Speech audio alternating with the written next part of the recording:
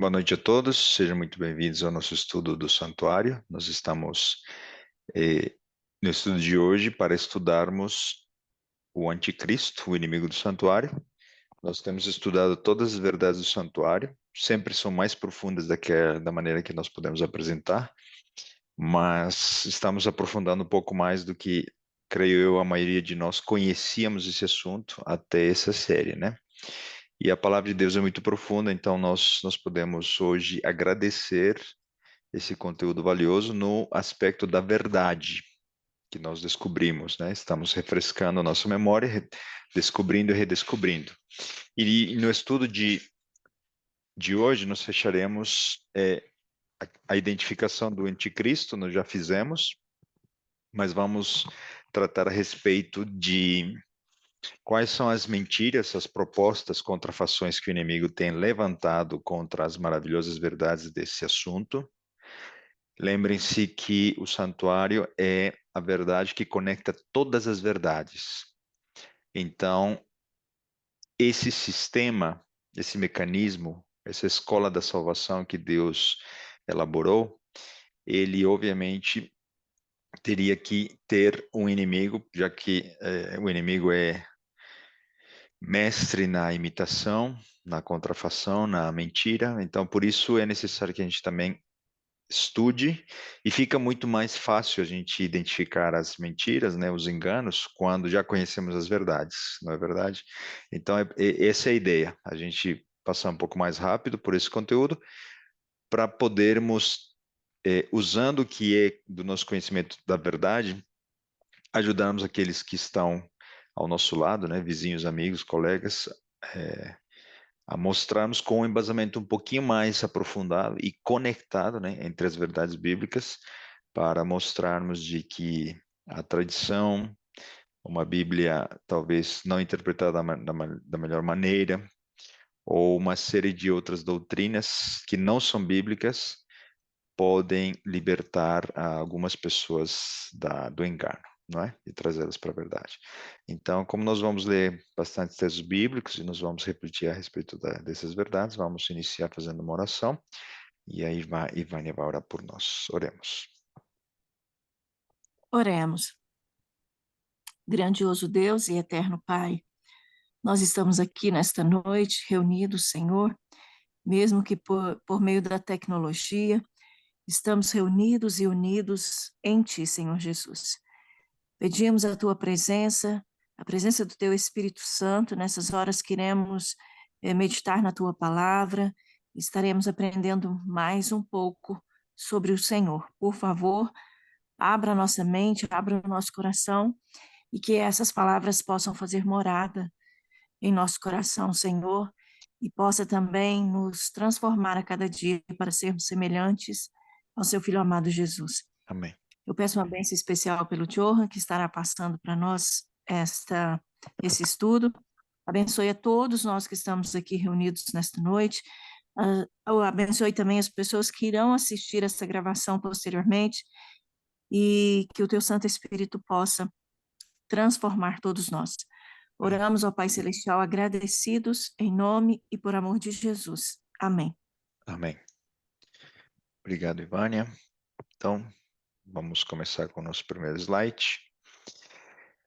Vejamos que no estudo passado nós utilizamos Daniel 7 para recapitular e relembrar quem era o anticristo, o inimigo do santuário.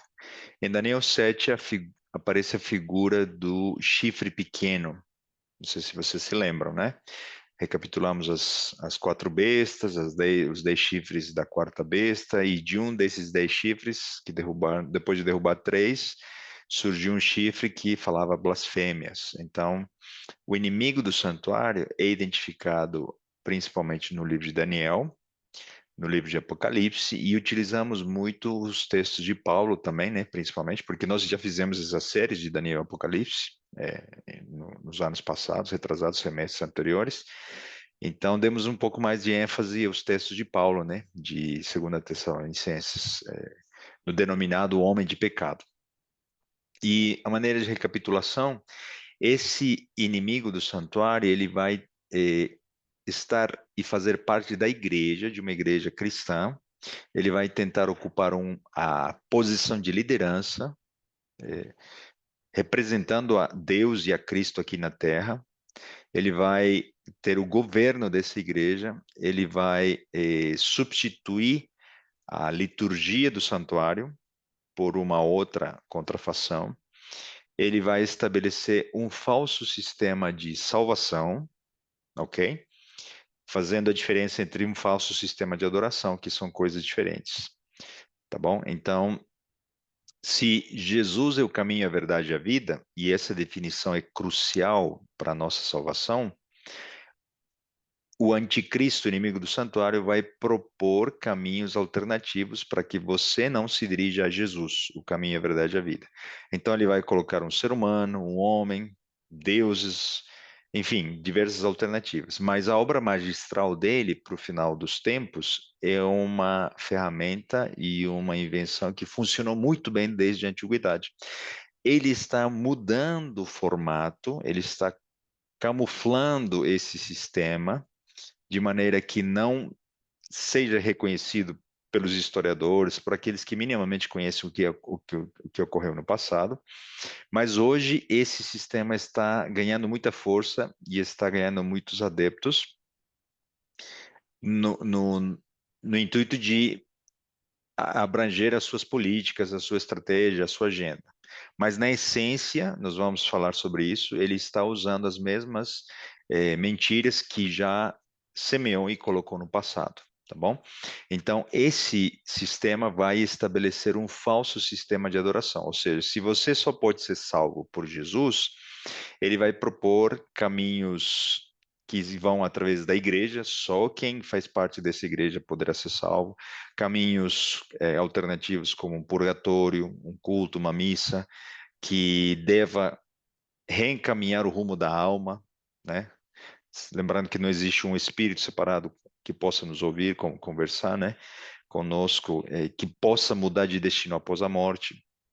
E uma série de alternativas menores, como santos, como Maria nos ouvindo, né, intercedendo por nós perante o Pai, né? Então, só pela questão lógica, se Jesus é o único intercessor, o que fazem os santos e Maria ali no céu, a não ser retirar de Cristo a única função salvífica? Então, se nós vamos para qualquer um dos santos ou vamos para Maria, nós não encontraremos a salvação, porque a salvação unicamente pode ser encontrada em Cristo Jesus, tá bom? Então, dito isto, agora podemos ler um pouco mais, com mais detalhe, Daniel capítulo 8, versículos 9 e 10, e diz: E de um deles saiu um chifre muito pequeno. Agora estamos falando do capítulo seguinte ao capítulo 7. É a visão de um bode e um carneiro, e do chifre, o bode, ele matou o carneiro, tá bom?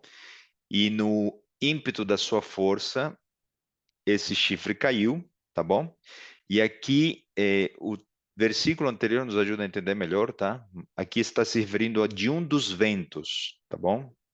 Não é de um dos chifres, é de um dos ventos, de uma das direções, das 4 direções, né? Saiu um chifre muito pequeno e ele cresceu muito para o sul. Esse lado sul está conectado com essas direções que os ventos indicam no versículo 8, nesse caso, tá bom? Então, de uma das 4 direções, tentando parafrasear, tá? De uma das 4 direções saiu um chifre muito pequeno, o qual cresceu muito para o sul, e para o oriente, e para a terra formosa. Então, ele veio da região sul, daquela época, a referência, que era a Palestina, e depois cresceu para o lado oriental e para a terra formosa, que seria a terra da Palestina, né? E a terra onde Israel estava, no aspecto de perseguir ao povo de Deus. E se engrandeceu até contra o exército do céu, e aqui já estamos falando da igreja, né, apostólica cristã, pós época povo de Israel, e alguns dos exércitos e das estrelas. Esse termo estrelas, esse simbolismo, se refere aos anjos, assim como também pode ser entendido como os santos, os membros do corpo de Cristo, tá bom? Então ele lançou por terra e os pisou. Então Deus permitiu que o inimigo tivesse sucesso ao utilizar esse mecanismo satânico, ok? Inclusive de perseguir e lançar e pisotear por terra os santos e os anjos. Inclusive, vejam o que ele fez, versículo 11. E se engrandeceu até contra o príncipe do exército, e por ele foi tirado o sacrifício contínuo, e o lugar do seu santuário foi lançado por terra. Então, aqui nós já estamos entrando num outro nível, muito maior, que seria dele ter conseguido atacar o príncipe do exército. No vídeo da série, você pode procurar depois, né? Na série de Daniel que nós estudamos na nossa classe bíblica, a gente discorre no capítulo 8, 1 hora, tá bom? Então ali tem as referências, tem mais conteúdo para dizer que o príncipe do exército é Jesus.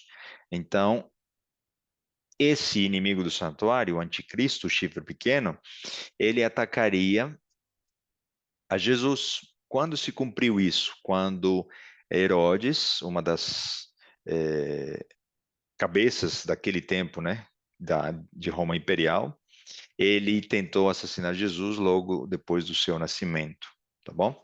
Mas a ênfase também aqui nesse texto é que ele eh, tiraria o sacrifício contínuo. A palavra sacrifício, ela não faz parte do original. Do original apenas aparece a palavra contínuo. Os tradutores tentaram adicionar esse adjetivo para tentar ajudar no entendimento. Nós já estudamos isso, também tem um estudo sobre o contínuo, na época que nós estudamos Daniel, então você pode consultar mais. Eu vou tentar resumir um pouco aqui, tá bom? Eu vou dar uma ênfase para a parte do santuário. Eu sei que quem já estudou com a gente Daniel sabe que nós demos uma outra ênfase que faz um pouco mais de sentido quando nós estudamos as profecias. Mas existe a possibilidade de nós entendermos, né, o contínuo da maneira que nós vamos entender, porque aqui está se conectando com o santuário. Tá bom? Então, e o lugar do seu santuário foi lançado por terra. O lugar de quem? Do príncipe do exército. Então, o santuário, ele, nós já vimos, ele é para mostrar que o personagem central da salvação é Jesus. Então, retirando o personagem central, obviamente ele vai tirar toda a atenção do mecanismo da salvação que está descrito no santuário. Então ele vai, o que está dizendo o texto? Ele vai desmantelar, ele vai desmoronar todos os pilares que sustentam a verdade da escola da salvação, que é o santuário. E aí nós vamos ver um a um quais são essas minas, essas bombas que o inimigo foi colocando para desmoronar cada um desses pilares, tá bom? Colocando e erguendo mentiras alternativas a essas verdades, ok? É, creio que aqui está a prova dessa questão, que eu disse em Josué 5, né? Só para descrevermos que aqui o príncipe do exército, utilizando apenas uma concordância, tá bom? É Jesus, nosso querido Salvador, ok? Esse contexto aqui é só para identificarmos que Josué estava conversando com um anjo, né? Um guerreiro que se apresentou diante dele para passar as instruções da conquista de Jericó, ok? Então, só uma referência bem rápida e curta para identificarmos que, de fato, o príncipe do exército é Cristo, tá bom? Então, o anticristo, ele não retiraria de Cristo todas as funções salvíficas, tá bom? Então, ele vai retirar as suas características e vai retirar todos os simbolismos que trazem ao caráter sublime e maravilhoso de Cristo os aspectos que nós precisamos não só aprender, assimilar, aceitar, e sim imitar, tá bom? Então, se nós somos transformados pela contemplação e o inimigo do santuário vai colocar outra alternativa, obviamente você não vai atingir o plano e objetivo da salvação estabelecido por Deus. Isso é muito grave, né? Isso é eliminar qualquer possibilidade de salvação daqueles que vão acreditar nas contrafações do inimigo. ok? Então, como eu disse, se apenas existe salvação no caminho, a verdade e a vida, e você vai por qualquer outra alternativa menos essa, que é Jesus, você não vai encontrar salvação. É simples assim. Então, a proposta é muito trágica para quem participa do engano, tá bom? E não se resume, vocês vão ver, né? Não se resume a dizer o seguinte: olha, eu sou cristão, acredito em Jesus, como você está dizendo, que ele é o caminho, a verdade e a vida, e acabou, eu tenho fé nele, acredito no perdão, na cruz do Calvário, e até acredito que ele está intercedendo por mim no santuário celestial, no lugar santíssimo. Se as suas convicções terminam ali, são parciais. Nós precisamos entender de que daí em diante há uma jornada que nós precisamos percorrer junto com Deus e pelo seu poder e pela amizade, pela comunhão que nós temos com Ele, para terminarmos o processo de salvação individual na nossa vida, tá bom? É, Jesus nos mostrou que o plano da salvação é um caminho, e esse caminho não terminou na cruz do Calvário. Então, nós não podemos terminar a nossa salvação e defini-lo apenas como um evento, e sim como um processo, um crescimento contínuo. Jesus mesmo disse, né, que o reino de Deus é comparado como uma semente de mostarda, e é pequenininha. E quando ela é plantada e ela morre e cresce, germina e vai crescendo e crescendo e crescendo, ela se torna uma árvore muito grande. A lei do reino eterno de Deus é o crescimento. Então, que sirva para fazer uma rápida autoavaliação de cada um de nós, né? Nós temos ainda continuado na mesma situação desde que conhecemos a Cristo, ou estamos buscando mais, estamos crescendo mais, estamos compartilhando mais, estamos, de fato, avançando no crescimento da fé, né? Então, é algo que o inimigo deseja que você pense.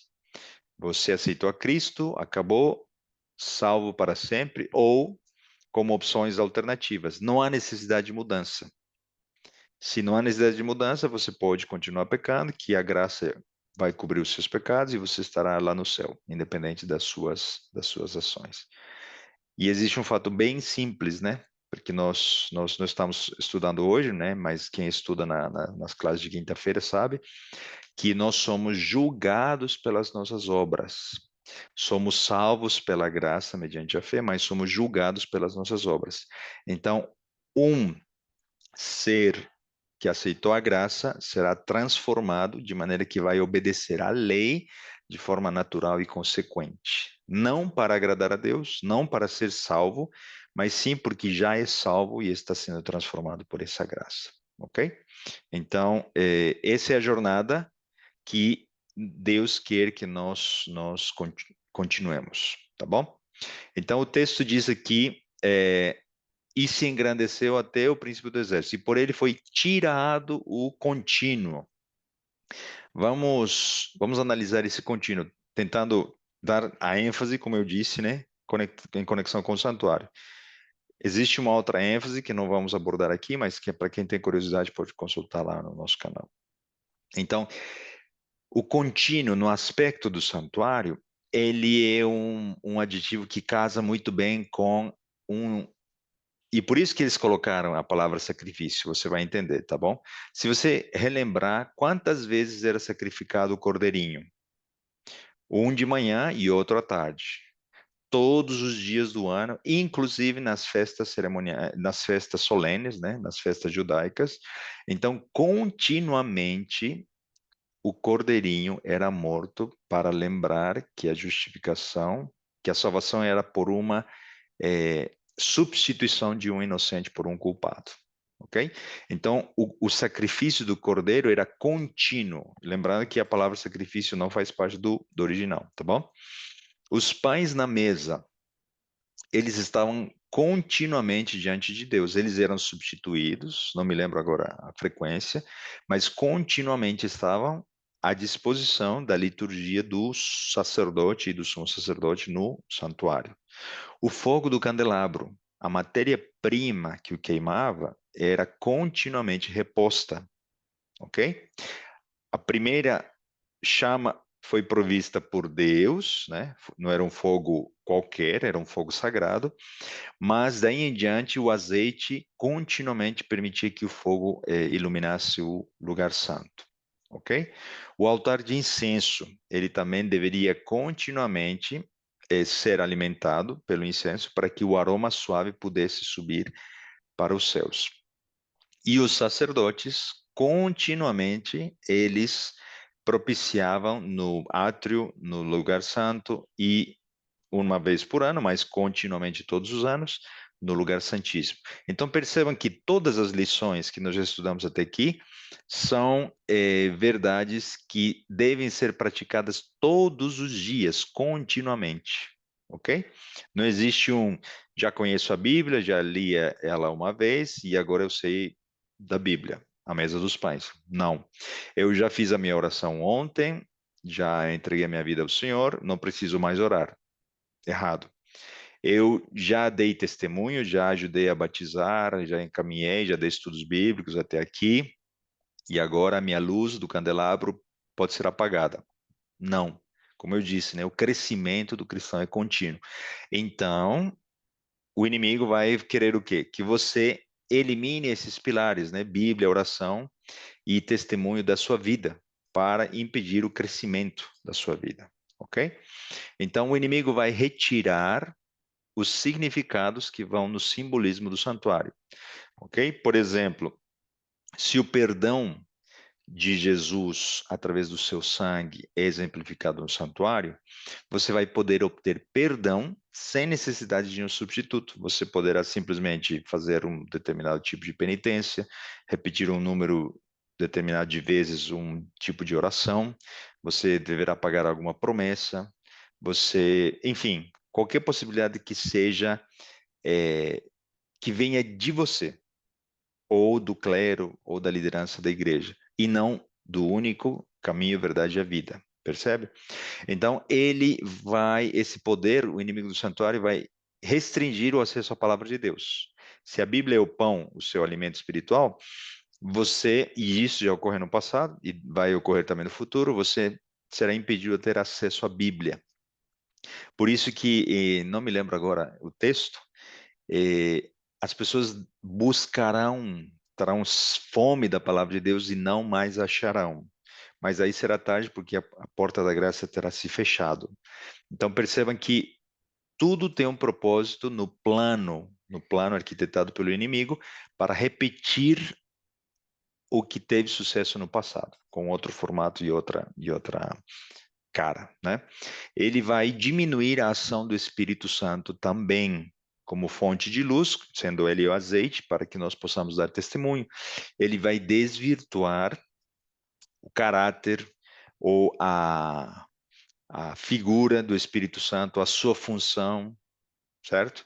Você vai poder, pelas suas próprias forças, pela sua própria força de vontade, gerar frutos, qualquer coisa do tipo, e não por uma transformação milagrosa, né, da nossa natureza pecaminosa em uma nova criatura. E aí ele vai colocar intercessores alternativos, como eu estava mencionando, né, os santos, Maria e outros.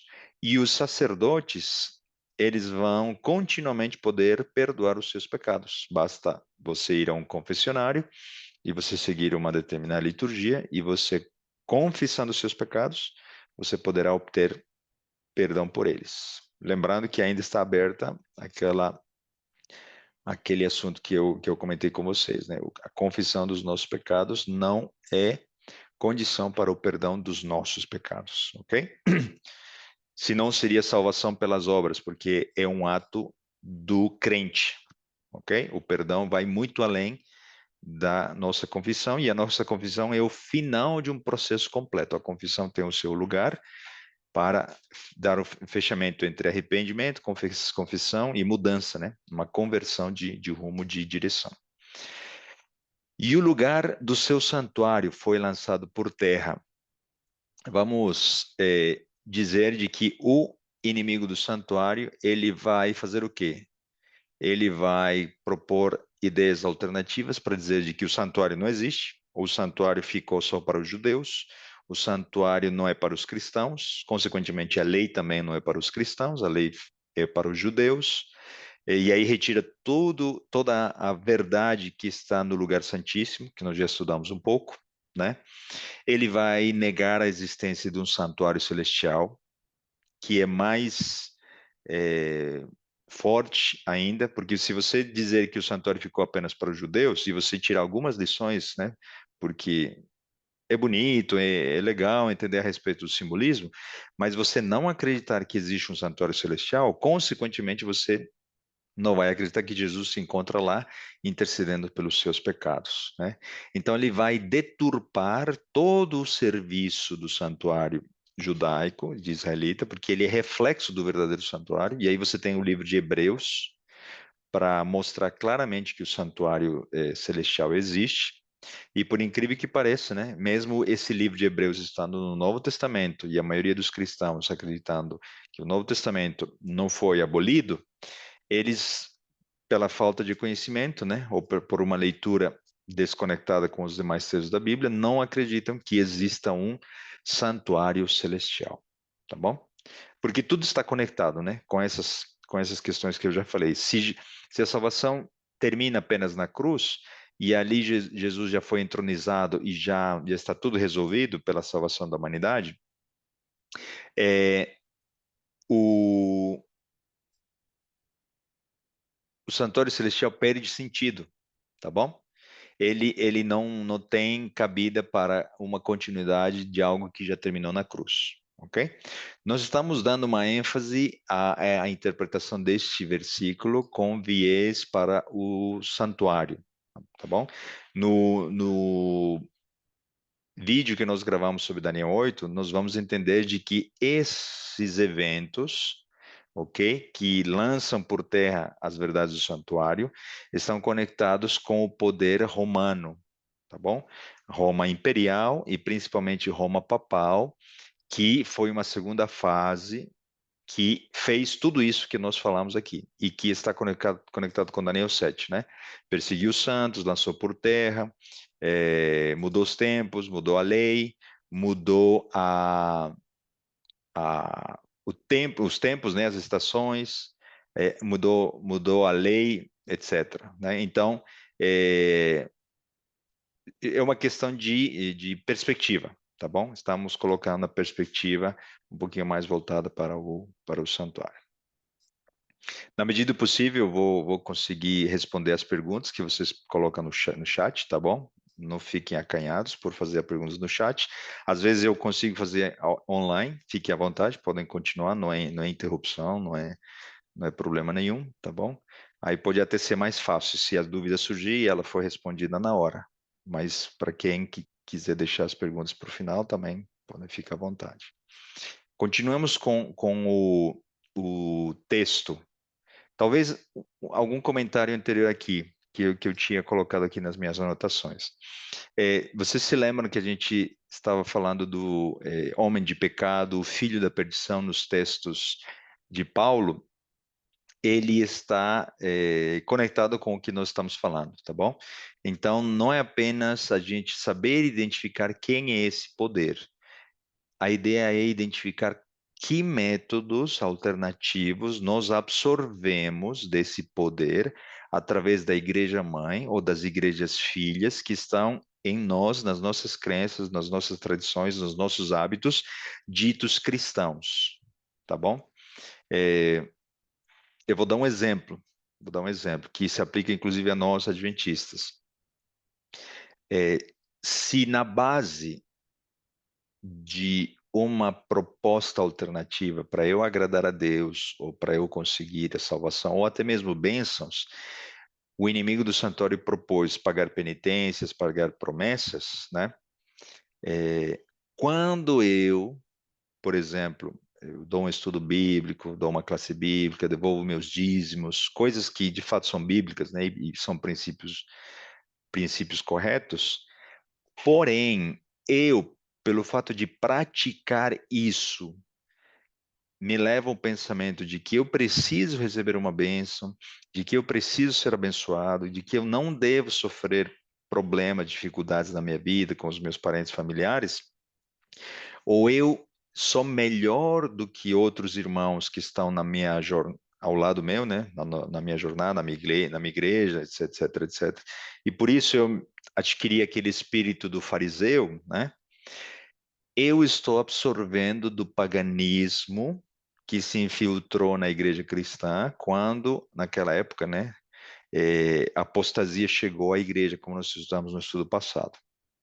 Entendeu? Então, às vezes, mesmo nós cristãos adventistas, temos muito do paganismo, porque às vezes nós esperamos bênçãos pelo fato de obedecermos a Deus. Nós obedecemos a Deus porque nós o amamos e porque nós fazemos o mínimo em agradecimento a tudo que ele fez. E nós obedecemos por amor, né? Se me amais, guardarei os meus mandamentos. Foi o que Jesus disse. Eu não obedeço para me salvar, não obedeço para agradá-lo e muito menos obedeço para receber algo em troca.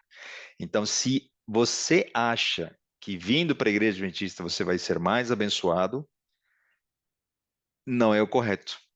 Talvez, inclusive, e aí até faço esse comentário, porque geralmente ocorre nas experiências que eu tive, quando eu convidava as pessoas para o batismo e as pessoas aceitavam e tomavam essa decisão, na sequência, o inimigo dava uma rasteira nas pessoas para levá-las a crer de que elas tomaram uma decisão equivocada. Mas eu sempre comentava, e eu comento isso com aqueles que estão pensando no batismo, rebatismo, que essa é a maior prova que você tomou a decisão correta. Porque o inimigo não gostou da sua decisão e ele está tentando abalar a sua decisão.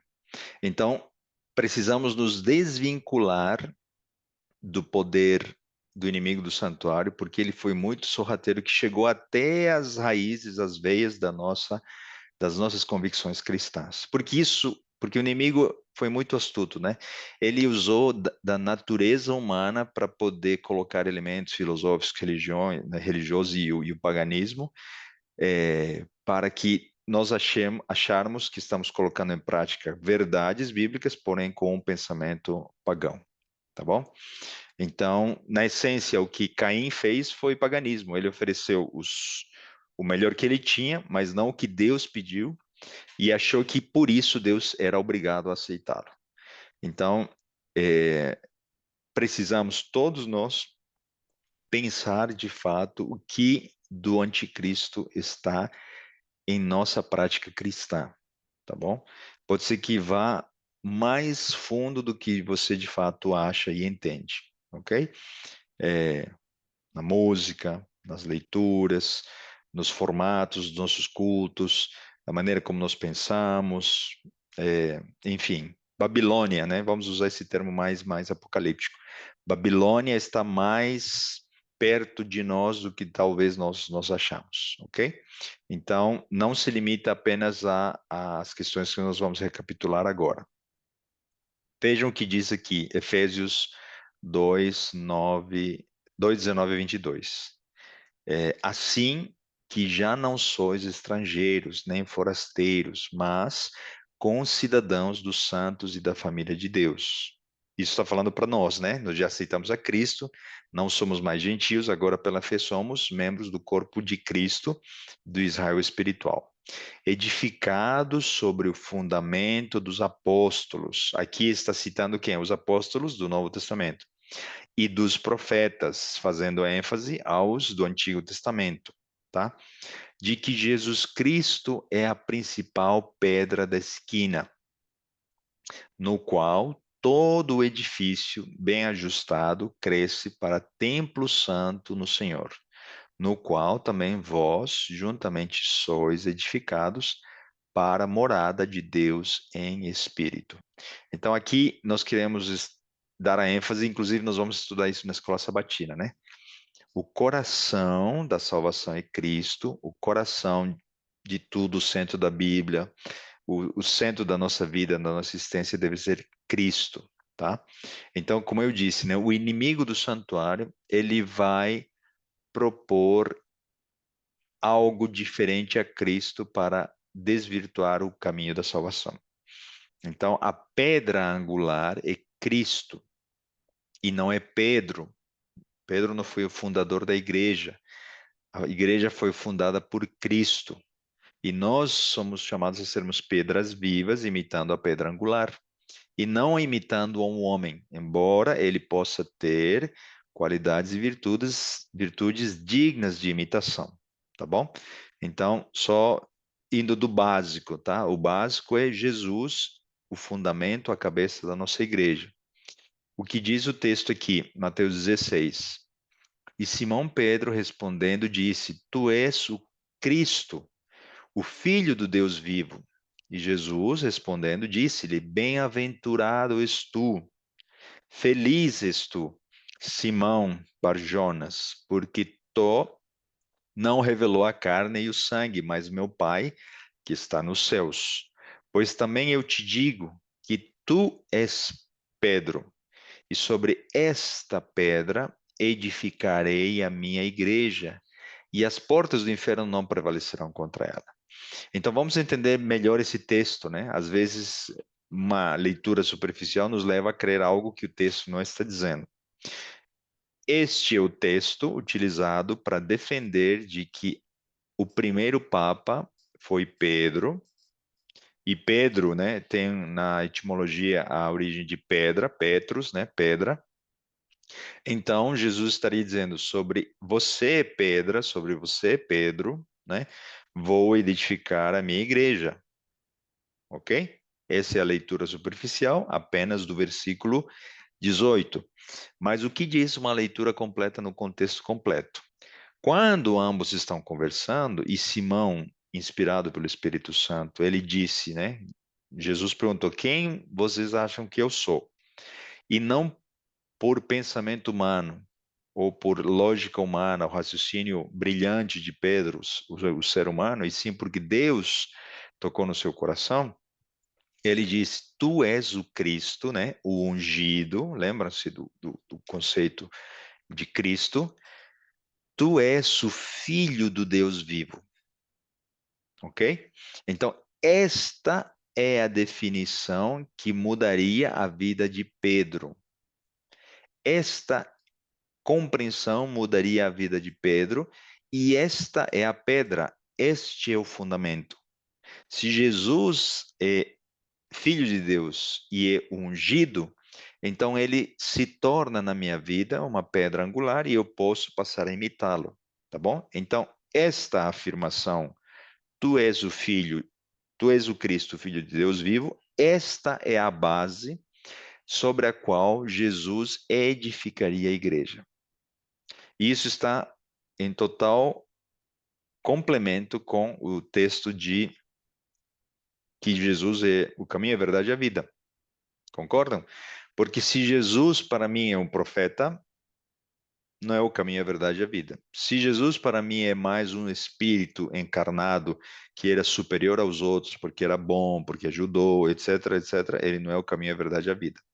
Porém, se Jesus se torna na minha vida o ungido, o Filho de Deus vivo, então ele se torna meu Salvador. Por isso que Jesus perguntou: quem é Jesus para vocês? Quem é Jesus para você? Essa é a pergunta que nós precisamos responder. Ele é o cabeça da igreja ou ele é o meu Salvador?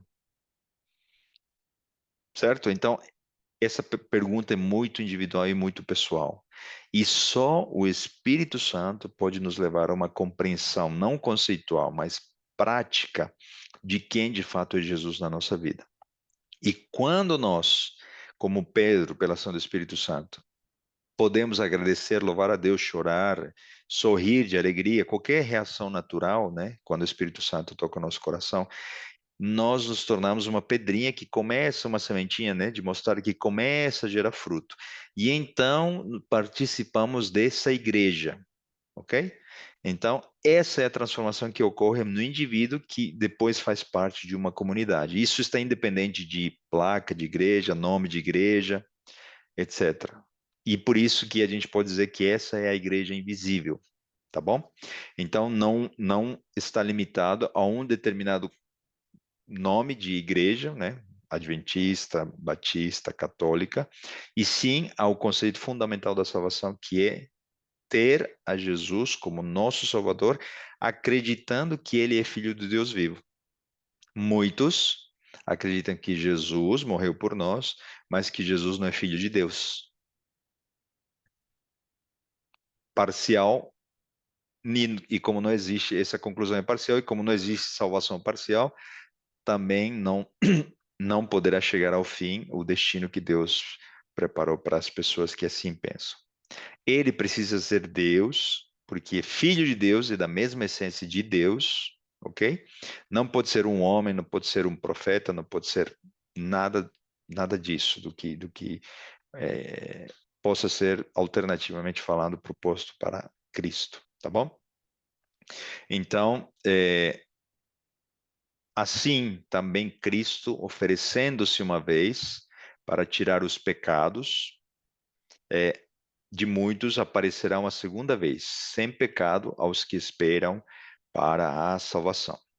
Jesus morreu uma única vez, e aqui estamos parafraseando o altar do sacrifício, né?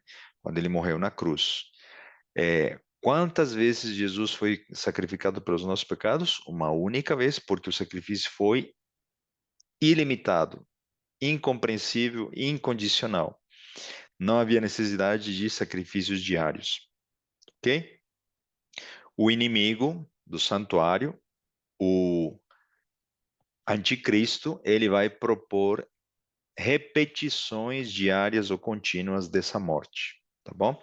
Esse sistema falso de adoração ou de salvação, ele vai trazer uma transubstanciação do sacrifício de Cristo através da hóstia, que representa o pão, o corpo de Cristo, e ali não se lembra que Jesus morreu uma vez. É dito, e filosoficamente falando, os católicos, os padres, pelo menos, propõem dessa maneira, que Jesus está morrendo ali novamente. Então, a proposta do inimigo é que Jesus seja humilhado, seja crucificado e seja morto continuamente toda vez que se repete essa liturgia, ok? Não é uma imitação da Santa Ceia, não é nada disso. Na fachada tem essa cara, essa configuração, mas é uma repetição contínua da morte de Cristo. Quem quer ver continuamente o nosso Salvador sendo humilhado, sendo morto, sendo envergonhado? O inimigo, ok? E quem tira proveito disso? O inimigo. Por quê? Porque a imagem que nós temos quando entramos num templo onde Jesus está crucificado é que ele foi derrotado, ele está morto, ele é sofredor. E tudo isso é verdade, mas ele não ficou ali, ele ressuscitou e está nos céus, está intercedendo por nós. Então faz toda a diferença entendermos, e por isso que nas igrejas protestantes não existe Jesus, o seu corpo, né, numa escultura, numa figura, né, pendurado na cruz, no madeiro, tá bom? Então, até nesse pequeno detalhe existe uma lição que pode ser aprendida para nós. Então, o altar do sacrifício, a morte de Cristo foi substituído por salvação pelas obras, né? Penitências, indulgências, promessas, como a gente estava falando. E isso em desdobramento para as igrejas filhas, né, as igrejas protestantes, chegou à maneira de teologia da prosperidade. Você devolve um dízimo para ser abençoado, você devolve ofertas para ser abençoado, e uma jornada por objetos, lodo, vassoura, flores, qualquer coisa que possa se tornar santa em troca dos seus recursos e da manipulação da sua fé para você conseguir barganhar e negociar com Deus as bênçãos que você espera, né? É uma teologia de uma libertação falsa, né? Que na verdade escraviza, porque a pessoa busca mais recursos para poder levar para a igreja, para os pastores, etc., para poder obter uma cura, uma salvação, uma bênção que provavelmente e nunca deva chegar, ok? Como a gente disse, né, isso não significa que quem esteja com a teologia correta não significa que vai ser um mar de rosas, já terá uma vida no paraíso aqui na terra, ou estará livre de sofrimentos. Não é isso. Mas o que estamos dizendo é que Deus nos abençoa conforme a sua santa e divina vontade, porque Ele conhece tudo e sabe o que é melhor para nós, E o que nós temos hoje é suficiente para quê? Para que nós o reconheçamos como nosso Deus e nosso Pai. Porque ele sabe, se ele me deu o dobro de bens, talvez que eu tenha, isso gerará uma ambição em mim, de maneira que eu queira continuar querendo mais e mais bens, tá bom? Então, assim para as outras questões da minha vida e eu acredito que também da sua vida. Então, o altar do sacrifício foi deturpado com essas mentiras alternativas do inimigo do santuário, tá bom? O que ocorreu no caso do elemento água, da pia? A Bíblia menciona o verdadeiro batismo como sendo um batismo por imersão. Você submerge completamente seu corpo nas águas. Quem praticou esse batismo? Jesus. Ele era adulto, ele não foi batizado, né? Como quando era bebê, quando era criança. Mas aí você pode falar, mas ele seguiu a tradição judaica? Não, ela não existe nem no judaísmo. E ele mudou mesmo, né? A proposta, a renovação do que seria a antiga circuncisão, como símbolo do povo escolhido de Deus, ele mudou apenas o formato, mas na essência é uma decisão que demonstra publicamente que você aceitou fazer parte da igreja do corpo de Cristo, aceitando o seu sacrifício. Então, não há necessidade de gotículas na cabeça dos bebês, porque eles não sabem o que é lei, consequentemente, não sabem o que é pecado e não têm parâmetros para poderem tomarem decisões conscientes. O fato de todos nós nascermos com a natureza pecaminosa não nos torna culpados e por isso nós não somos passíveis de um julgamento como um adulto, como alguém que já conhece o que é certo e errado, ok? Então percebam que uma deturpação dessa questão chegou inclusive até nós cristãos no aspecto de nós não sabermos definir o que é pecado. Muitas pessoas entendem que pecado é apenas ter natureza pecaminosa. Não é. Pecado é uma decisão, pecado é uma escolha. Pecado resulta a partir do conhecimento da lei. Isso é feito de forma racional. Um gato, quando ele pega um ratinho, ele não escolhe, ele faz isso por instinto. Um ser humano vendo alguma coisa que é da sua tentação, uma comida, uma bebida, uma droga, qualquer desvio, qualquer pecado, ele pode decidir não aceder àquela tentação. Pode ser até mesmo pela sua própria força de vontade ou pelo poder do Espírito Santo, mas é uma decisão consciente, é uma decisão, inclusive, pensada, planejada, se ela é repetida, né?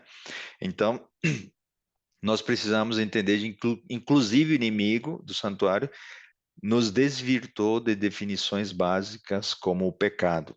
Pecado não é se afastar de Deus, pecado é infração da lei. Afastar-se de Deus é uma consequência, né? É um ato que resulta em pecado, sim, mas a definição bíblica de pecado é infração da lei, tá bom? E desse desvio dessa definição, muitos entendem que pelo fato de levar a natureza pecaminosa até os últimos dias em que Jesus virá e transformará a nossa natureza num abrir e fechar de olhos, nós pecaremos até o dia em que Jesus volte. Essa é uma consequência de uma definição equivocada que não é bíblica, ok? Então, vejam como o inimigo do santuário ele trabalha nas bases e vai chegando até o arraial do povo de Deus, inclusive. E aí a gente poderia abrir, né? Textos de Ellen White, textos bíblicos que reforçam essa questão, tá bom? E se eu me lembro apenas de um, muito claramente, é bíblico. Quais são as características do povo remanescente dos últimos dias? Os que guardam os mandamentos de Deus e têm o testemunho de Jesus. Então, todos esse remanescente guardará a lei de Deus. Não diz guardarão 5, 6, 8, 9 mandamentos, né? Guardarão os mandamentos de Deus, não pelo seu poder e sim pelo poder do Espírito Santo, né? O agente transformador, ok?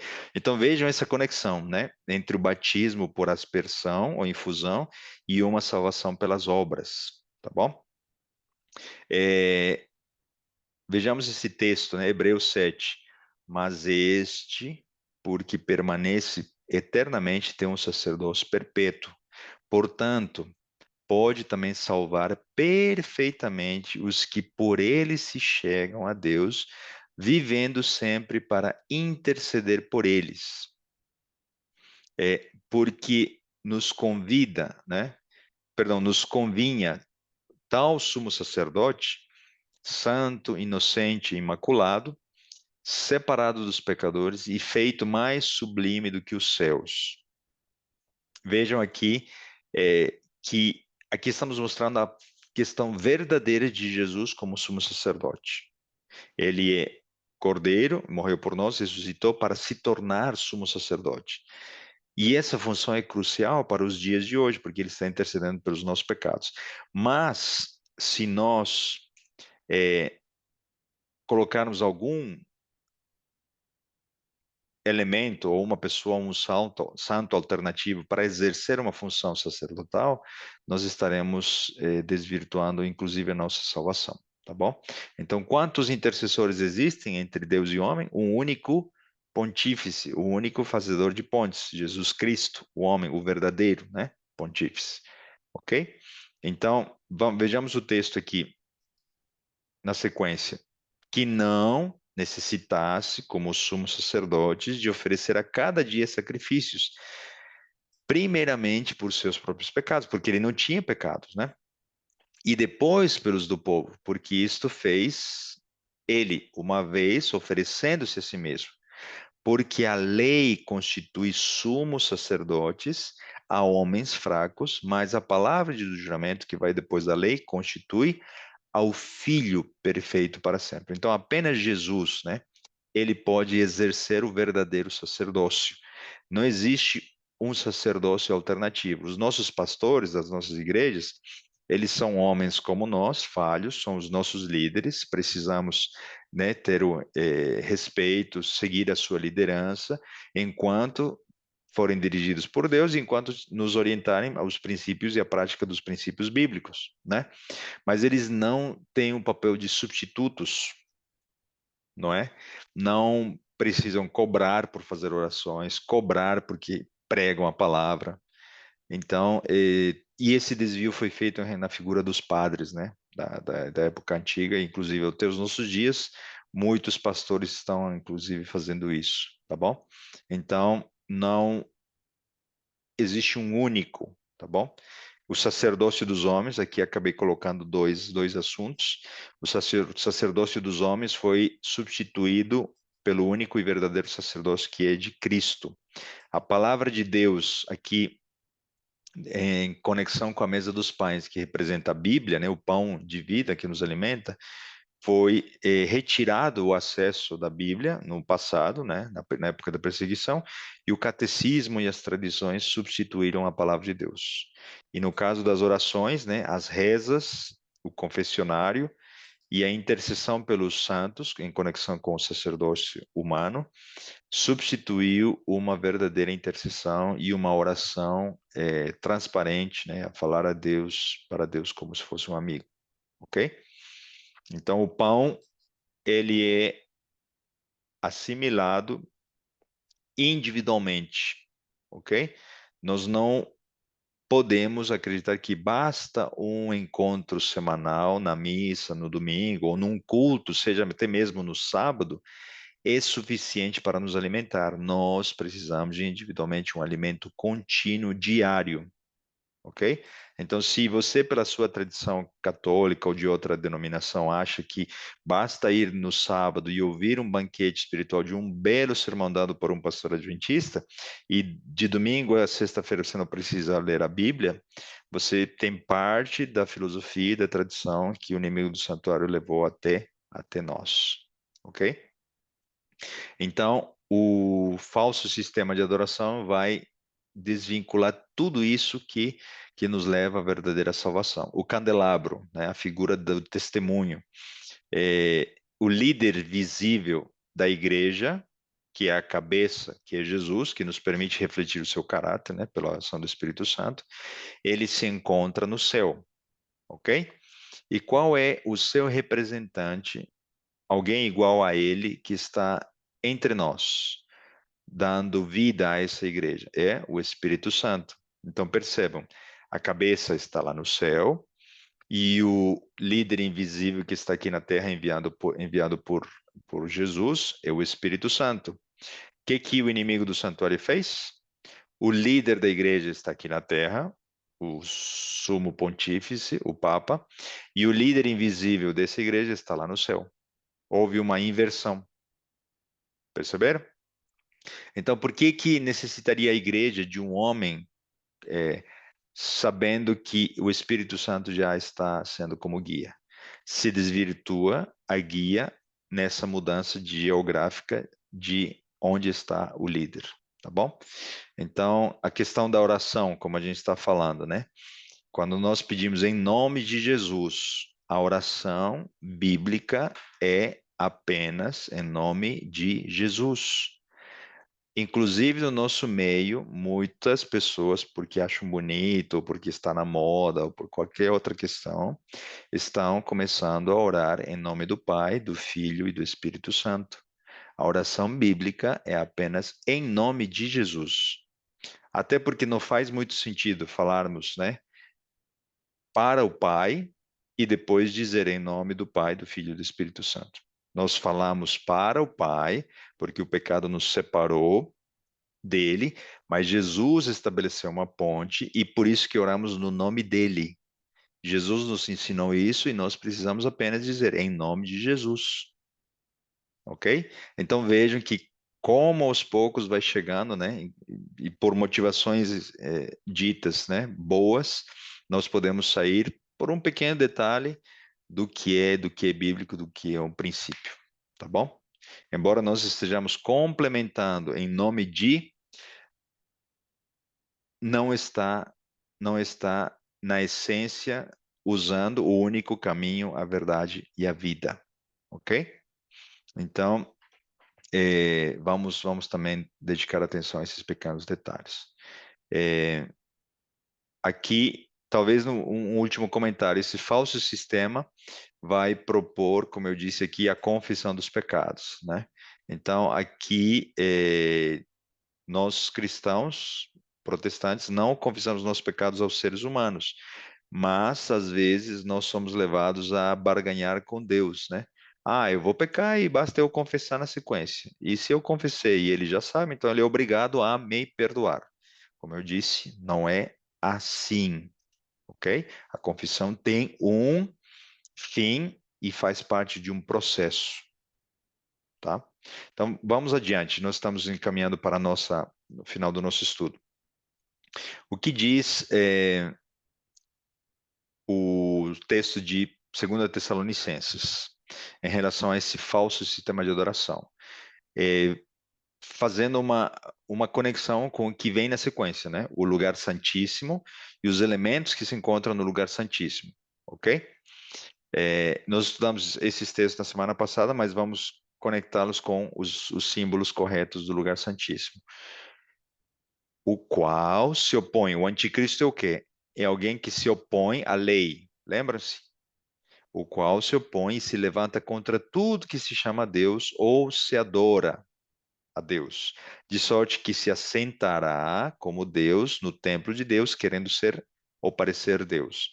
Então aqui é alguém que quer ficar no lugar de Cristo, se opondo a ele, e ele se adora. E aí nós vamos relembrar, né? Que dia da semana, qual mandamento nos ajuda a lembrar que quem é o único que merece adoração? É o sábado. Então, eu estou fazendo uma ponte para quê? Para o que vai vir no futuro. No futuro, ele vai resgatar um primeiro decreto dominical, né, feito pelo imperador Justiniano, e ele vai propor um falso dia da adoração para ele não ser adorado no dia em que o Criador é adorado. Obviamente, como ele é muito lógico, ele amarra todos os pontos, ele vai propor uma falsa adoração num dia que não remete à adoração ao Deus Criador, ok? De maneira que ele vai se assentar num trono, esse trono é mais espiritual do que físico, porque nós vimos de que esse templo não é físico, não é um terceiro templo que vai ser reerguido em Israel, e sim vai ser a igreja, né? Ele vai liderar a igreja, ele vai constituir o mundo uma única igreja, enganada pelo meio ambiente, enganada pela economia, pela religião, etc., de maneira que o mundo todo será amparado pelas suas asas, provendo pão, segurança, paz, e ali todos entenderão que ele é de fato o representante de Deus na Terra, porque esse ser, esse personagem, está preparando todas essas condições para prover ao mundo e todos reconheçam de que ele de fato é o que ele afirma ser, ok? Então ele vai liderar uma igreja. O templo vivo de Deus é uma igreja, ok? Então, aqui a maneira de resumo, né? Esse homem de pecado, ele vai ter um trono, ele vai mudar a lei de Deus. Aqui, por quê? Porque dentro da Arca do Concerto, no lugar santíssimo, está a lei de Deus e ela não foi mudada. Jesus disse, né? Eu vim para cumprir a lei e os profetas. Nenhum tio, nenhum jota dessa lei passará.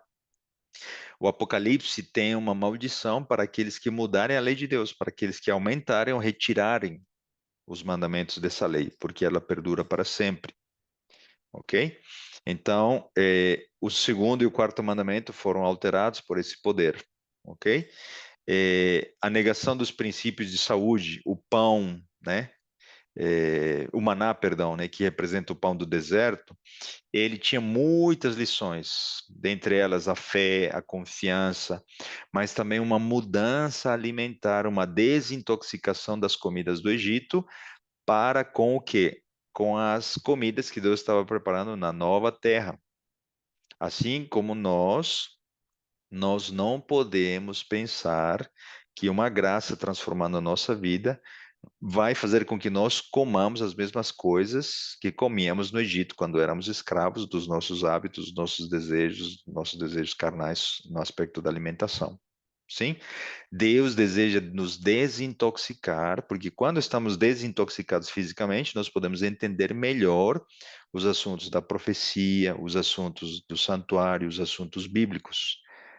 Apenas por uma questão de comparação, né? Será que nós poderíamos dar um estudo bíblico para um bêbado, para alguém que está com uma overdose? Nós não podemos. Primeiro precisamos dar banho, desintoxicar, que ele tem que dormir, tem que descansar, para depois ele então conscientemente, lucidamente, entender as verdades que serão boas para ele. Da mesma maneira, nós precisamos ter uma mente clara, um sangue, né? Livre de colesterol, livre de situações que deturpam nossa concentração, nossa atenção. Isso não é salvação pelas obras, tá bom? Nós estamos dando essa ênfase nesse pequeno comentário aqui, não é salvação pelas obras, não é a soja, não é a carne, não é nada disso que define ou não se uma pessoa vai se salvar ou não. É apenas o quê? Uma ação natural e consequente, inclusive que a medicina confirma o que eu estou dizendo, né? O corpo e a mente se conectam de maneira que eu posso dormir mal se eu colocar determinado horário e determinado tipo de alimento, posso não ter uma noite muito ruim. Como é que no dia seguinte eu vou ter o prazer, uma alegria, né, de poder estudar a palavra de Deus depois de uma noite mal dormida, tá bom? Então, é só alguns argumentos lógicos para vocês terem o verdadeiro conceito, né? Um verdadeiro equilíbrio, onde colocar essas questões de princípio de saúde que a nossa igreja adventista também apregou e muitos estão buscando praticar, tá bom? Então, vejam quantas mentiras o inimigo tem colocado, inclusive no povo de Deus, no aspecto de dizer, olha, nós não precisamos mudar nossos hábitos alimentares. Novamente, né? Como é que nós poderíamos ter uma vida mais saudável se nós seguirmos essa afirmação, tá? Então, e continuando com esse raciocínio lógico, né? Se eu como o que o mundo ou os gentios comem, eu vou morrer com as mesmas doenças que os gentios e as pessoas do mundo estão morrendo. E isso na questão mental, psicológica, né? Não estamos falando só da questão física. Então vejam que primeiro desses três pilares, mente, corpo e espírito, o principal é o espiritual. Mas o mental e o físico têm a sua função e Deus também quer nos libertar dessas questões, tá bom? Nós vamos percorrer essa jornada novamente, mas não no âmbito, não nos comentários da igreja, da apostasia, mas no último capítulo da nossa série, nós vamos falar das lições que nós precisamos percorrer seguindo o plano da salvação descrito no santuário, tá bom? Então aqui nós terminamos nosso estudo. Esses slides aqui são apenas complementares, ok? Para você ter por escrito o que eu coloquei nessa comparação, tá bom? Jesus ouvindo nossas orações, qual é a alternativa? Maria e os santos podem fazer isso. Jesus perdoa os nossos pecados, os padres perdoam. Confessamos nossos pecados a Jesus, aqui é feito a homens, né? Jesus é entronizado, aqui vicarius filii Dei, né? A lei de Deus, aqui a lei de Deus é alterada. O sábado como lembrança da criação e o único mandamento que é definido como o selo de Deus, e aqui um domingo como um reconhecimento da autoridade, né, papal. A condução, perdão, o verdadeiro santuário conduz à verdadeira e completa salvação, e aqui ele vai conduzir à perdição, ok? E complementando os enganos que se encontram, né, no lugar santíssimo, o dia da expiação, o dia em que os pecados, né, serão limpados e o santuário será purificado, é substituído por uma recompensa imediata, certo? A pessoa morre e imediatamente ela já está ao lado do Pai, ao lado do trono ou no seio de Abraão, e não há necessidade de um juízo, de uma investigação. Não é o julgamento pelas obras é colocado fora, né? O deserto, no dia da expiação, vocês se lembram? O bode Azazel era enviado para o deserto, e ali se define o final de Satanás, qual será o seu final. E o verdadeiro milênio apocalíptico, né? 1000 anos, ele preso por circunstâncias, ele não terá a quem tentar, e o inimigo do santuário propõe e vai propor com muita mais ênfase um milênio de paz na Terra, uma nova ordem mundial, um novo governo mundial, onde as guerras serão, a paz entre os poderes será acordada, e ali haverá paz entre as religiões se unindo, o ecumenismo, e vão se reforçar com todos os problemas que nós estamos vendo, né? Abraçar a todo mundo, incluir a todo mundo para que nós tenhamos paz, ok? Esse não é o verdadeiro deserto exemplificado no santuário. A distorção da essência e de quem é Satanás, né? Desde questões básicas, né? O bem e o mal existem, sempre existiram e sempre existirão. Não, isso não é verdade. Um dia o mal entrou e surgiu um grande conflito e ele será eliminado e será deturpado. E o inimigo é um anjo, não é uma filosofia, não é uma energia, ok? Enfim, e assim por diante. Mesmo conteúdo em forma de uma tabela para quem quiser compartilhar de outra maneira, tá bom? Apenas como um complemento aqui. E nós fechamos com 2 versículos. O convite é sempre estendido tanto para os de casa quanto para aqueles que não são da nossa comunidade adventista. Temei a Deus e dai-lhe glória, porque é vinda a hora do seu juízo. Adorai aquele que fez o céu, a terra e o mar e as fontes das águas.